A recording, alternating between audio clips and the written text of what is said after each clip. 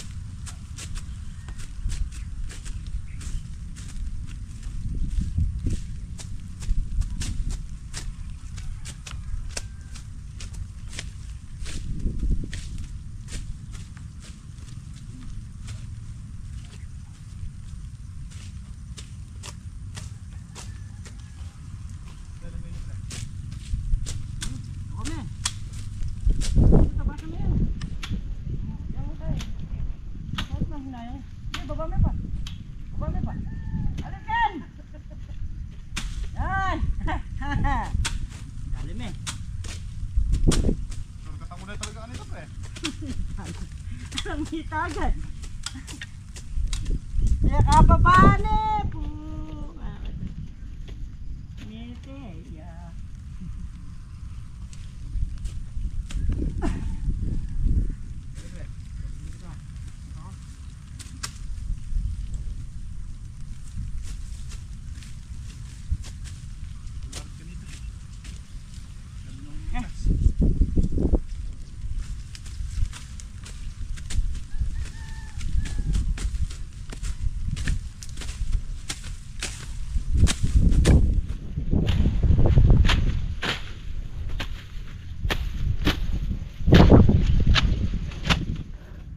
Konti na lang. Air na lang pala. Sa dalawat kalahati.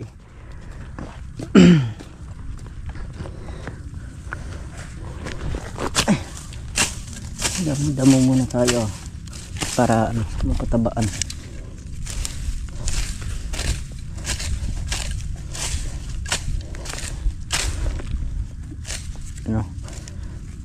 Napalito yung puno eh.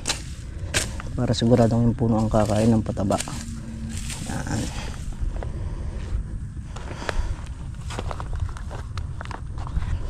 Yung lahat ng mga hindi nadumuhan na to, kaya lang dahil nag-uulan, lakas tumubo. Kaya ulitin natin damuhan. Mabilis lang naman.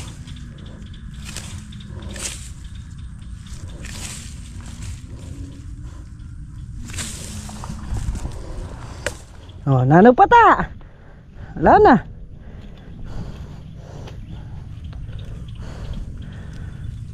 Kapal ng sitaw nere.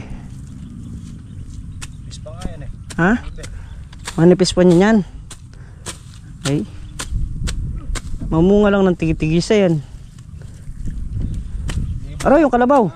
Pre, ang kalabaw, ayun. Jet! Ayun o, hindi pinuntanik yan. Tayo barangay. Mga kalabaw nyo, pakisabi, pakiusap. Kung walang isip yung kalabaw, yung may-ari ang tali nyo. Ay. May-ari sa soga na. Oo. Ay. Pasalamat kayo, mabait ako. Kung hindi, kinatay ko na yan. May katay pa mo tayo bukas, no? Natat mo na si Kuya Jeff, pakakatay natin yung kambing. Ayan, kuya. Kambing ah. Kalabaw. Kalabaw. Kuya Jeff, shoutout sa'yo. Ito, meron kalabaw dito. Naninira ng palay. Maabot yun. Maabot yung tali. Kailangan may ano.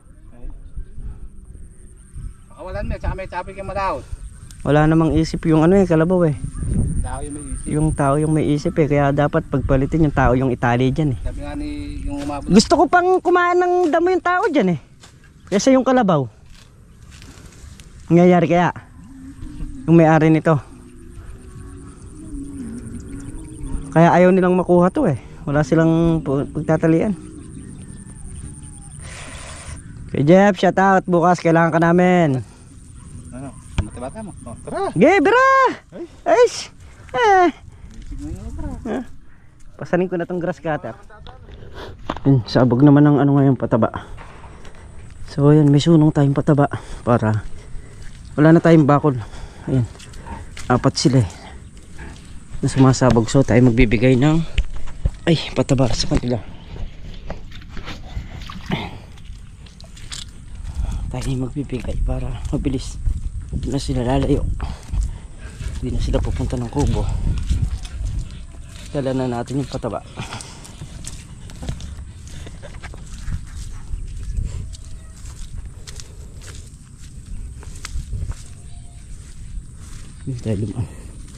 Hindi mahirap.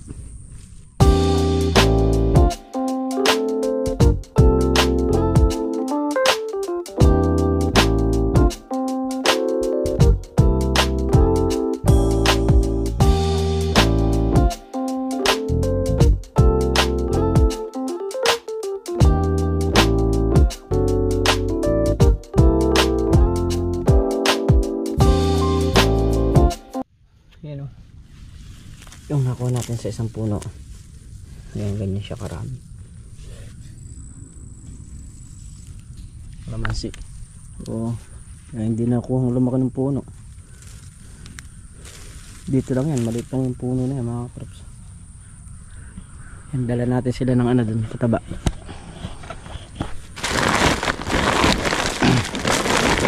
Yeah.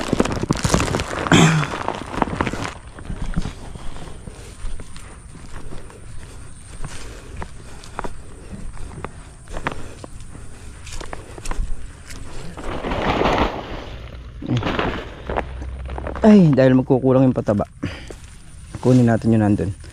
Dahil pambunga nitong kalamansi. Ay, Diyos ko.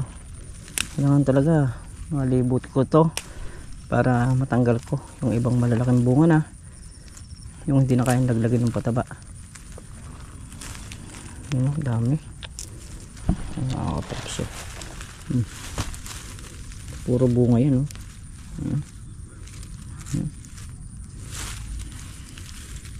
Ayan. Dahil bunga, oh. Kunin natin muna yung pataba. Habang nagpapataba sila, tatanggal tayo ng bunga.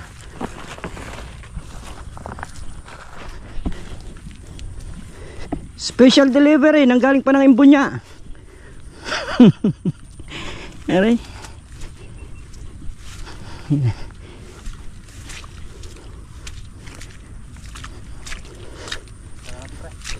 Kaya nga, konti na lang to.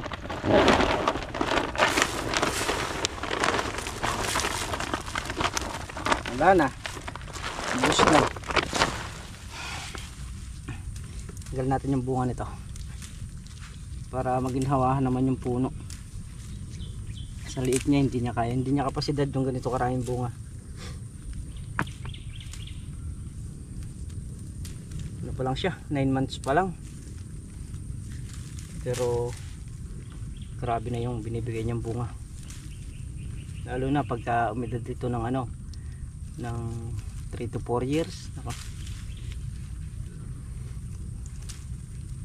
maawa ka sa kalamansi pagka nagbigay ng bunga. Sa mga nagkakalamansi naman, yun lang yung pambawi talaga, yung 3, 4, 5, 6, 7, yun lang. Although abutin siya ng 10 years, kikita ka pa rin, pero hindi na kagaya nung 3, 4, 5, 6, 7. Yung 4 years na yun, hindi kagaya nun yung magiging kita mo. Kasi pag batang ganyan, hindi ganun kagastos. Kung halimbawa pagka bata pa siya, magpapabunga ka, gastos ka ng, lagay na natin gumastos ng 150. So pag umidad na ng 8 years ang kalamansi, gagastosan mo na yan ng mahigit 200. O yun lang yung pagkakakuha niya. Tapos sa bunga, although kikita ka pag natapat ka sa presyo maganda, pero pagka ang presyo niya yung mga 600, 500, halos tabla ka lang pagka umidad na siya ng 8 years. Pero pag bata pa yung kalamansi, talagang lahat ng bunga niya, lahat ng bulaklak niya itutuloy niya kasi kaya niya eh. Kaya lang hindi lang kaya ng mga sanga, kaya kailangan tayo mag-a-adjust para panatiliin lang na sapat lang yung kanyang bunga, yung hindi masisira yung puno niya. Kasi nung nagkakalamansi ako, nararanasan kong magtulos, magtali. Tinatali yung paikot tapos may tulos sa gitna para hindi siya malapak.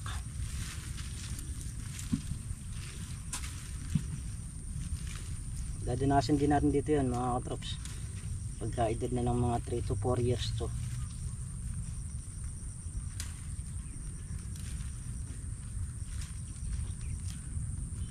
Kaya yung mga tulos na yan, so darating ang magagamit natin yan sa kalamansi.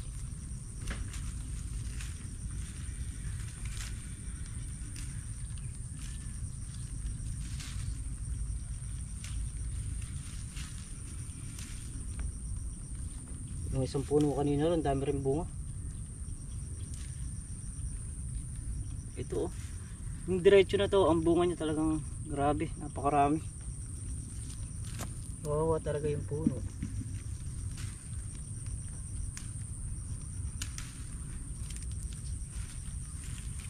Yun lang namang tansya natin na hindi kaya, yun lang yung mga binabawasan natin. Pero pag alam natin kaya na, patutuloyin natin yan para kagad lumabas yung gastos ni kabady.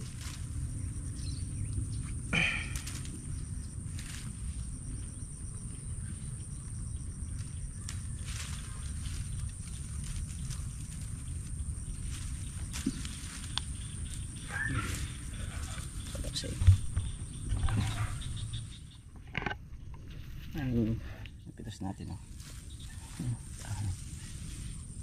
so isang puno lang yan mga traps, dito lang maliit pa yan ito pa marami pang bunga ito. Tatanggalin din natin yan puro bunga rin yan. May mga maliliit pa yan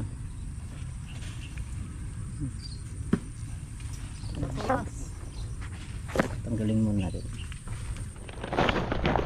So yan, tapos na ang mataba yung bunga. Buwasan natin, maliit yung puno nya. Ito pwede nang pantiltil yung kinukuha natin nagagamit na sa bahay ito. Sa kubo kanina dami na naming natanggal, pwede nang pantiltilan. Ngayon natin sa bulsa, sayang yung lahat ng pwede natin pakinabangan ngayon dami niyang bunga.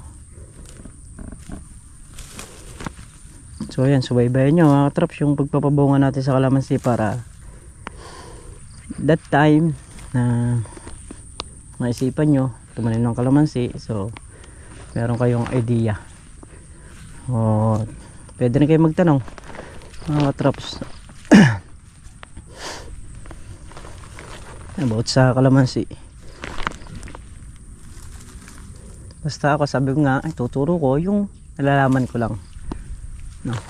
Yun lang kalaman natin pag-alaga ng kalamansi. Ay, uy, Diyos ko, matik na tayo sa Wemplang. Ay naka, yan, pauwi na tayo mga katrops. Ay,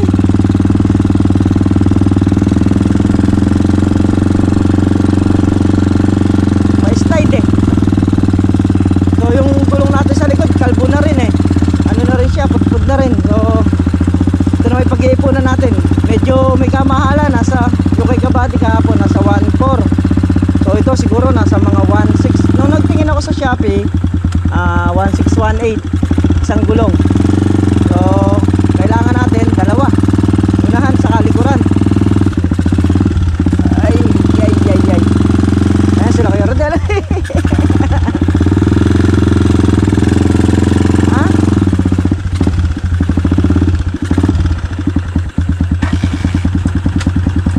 Wala daw kasi ka ni Bernard. Ayan, gano'ng kahirap ang daan.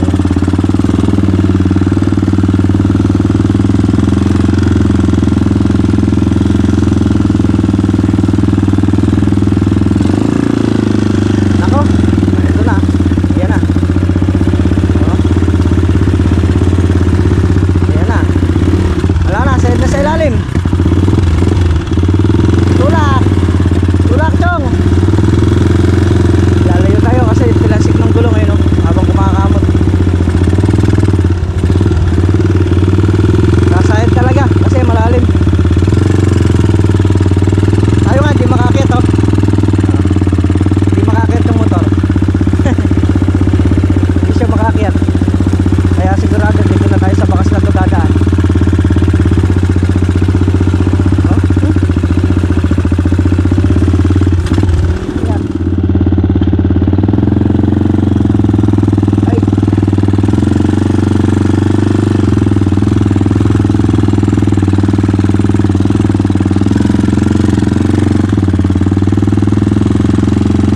Ay. Hirap lang. So yun nga mga katrops, at nandito na tayo sa bahay. Ayan, kape muna tayo habang nagpapahinga. So muli mga katrops, hanggang dito na lamang yung ating simpleng video. At lubos po ako nagpapasalamat sa inyong lahat. Maraming salamat po sa lahat. Bye po.